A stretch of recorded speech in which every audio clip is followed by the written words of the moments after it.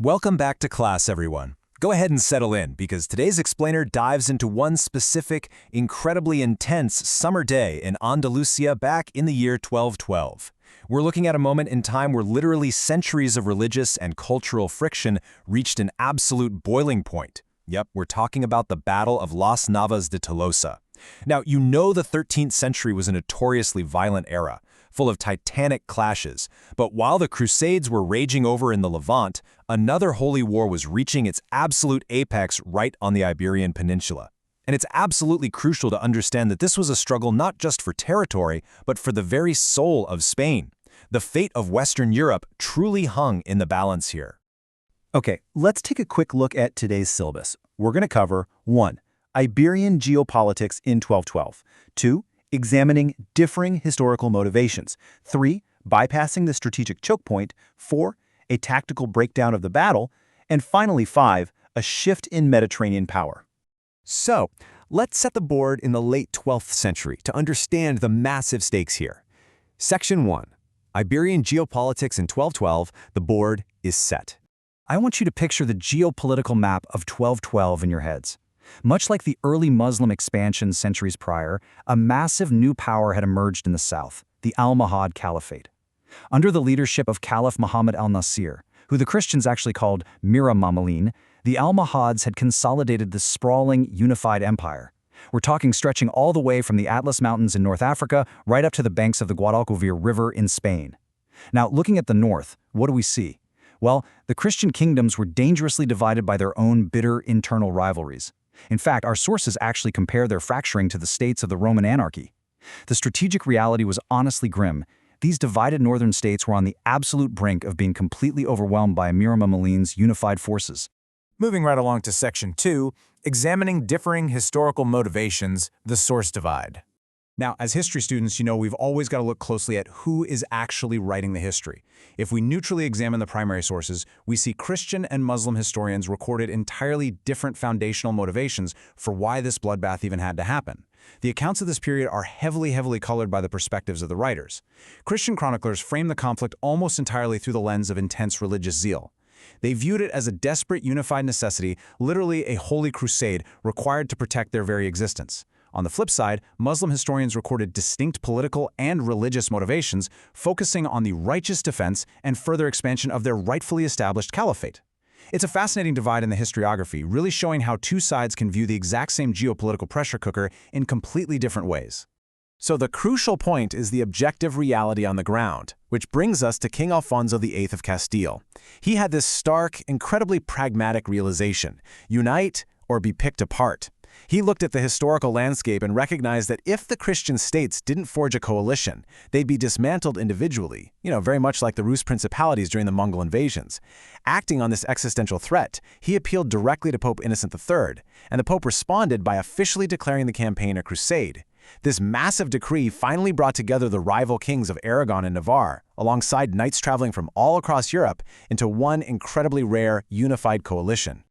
All right, our fragile coalition marches into the sweltering heat of July. Section 3, bypassing the strategic choke point, the march south.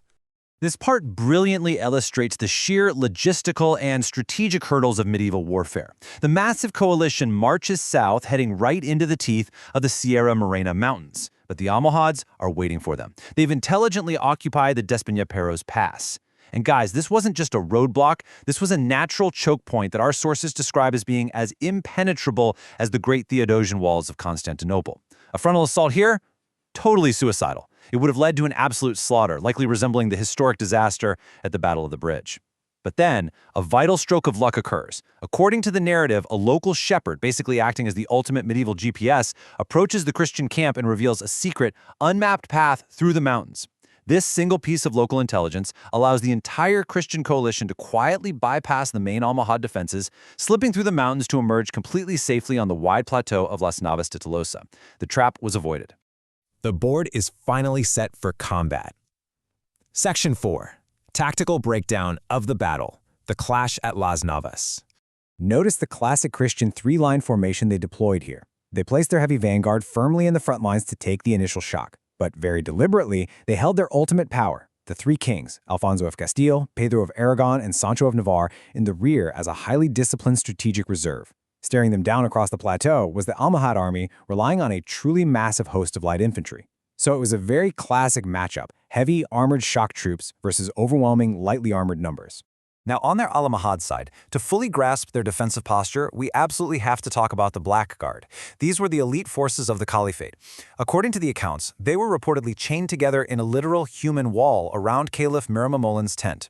This was meant to enforce absolute, unbreakable discipline and physically prevent any possibility of retreat. For you military history buffs in the class, this description of ultimate fatalistic discipline closely mirrors the famous Battle of the Chains we see in ancient Sassanid history. So the battle commences, and it quickly devolves into a grinding, brutal melee that lasted for hours under the Spanish sun. Eventually, the sheer weight of the Almohad numbers began to tell, and the Christian center actually began to buckle. Defeat seemed absolutely imminent. But at that exact critical moment, the Christian kings executed what's known as the maneuver of the rear. This was a titanic, defining cavalry charge launched directly from that strategic reserve line we discussed earlier. Alfonso, Pedro, and Sancho rode out themselves to save the collapsing engagement. The impact was devastating. The combined force of the kings crashed right into the Almohad lines. Specifically, it was the King of Navarre's men who drove the deepest, violently colliding with the legendary Black Guard. In a brutal breakthrough, they literally shattered the chains binding the elite guard. And this defining moment of the battle is actually immortalized to this day by the change you can see on the modern Navarrese coat of arms. With their elite guard broken and their center shattered, the Almohad line completely dissolved. The battle turned into a total rout, resulting in a staggering bloodbath. The dust finally settles on the plateau, but the historical shockwaves were just beginning. Section 5, a shift in Mediterranean power, the aftermath. The balance of power in the Mediterranean shifted almost instantly that afternoon. The absolute dominance of the Almohad Caliphate in the Iberian Peninsula was ended forever. The southern forces, who historians sometimes refer to as the ambitious world builders, were crippled and permanently put on a defensive footing. Conversely, the northern Christian warlords, having survived their existential threat through some very rare unity, had now secured the long road ahead. While the Reconquista would violently continue for another 2 centuries, the path to the final conquest of Granada was now permanently opened up. As we wrap up today's explainer, I want to leave you all with this final thought to ponder for your next assignments. Based on the massive strategic shift we've analyzed today, with the Almohad Caliphate permanently broken as an offensive threat, was the eventual fall of Granada and the ultimate conclusion of the Reconquista a historical inevitability? Or could the board have been reset once more? Think about how one secret path and one perfectly timed cavalry charge altered the centuries to come. Thank you for joining me for this lecture. Keep questioning your sources and keep exploring the past. See you next time.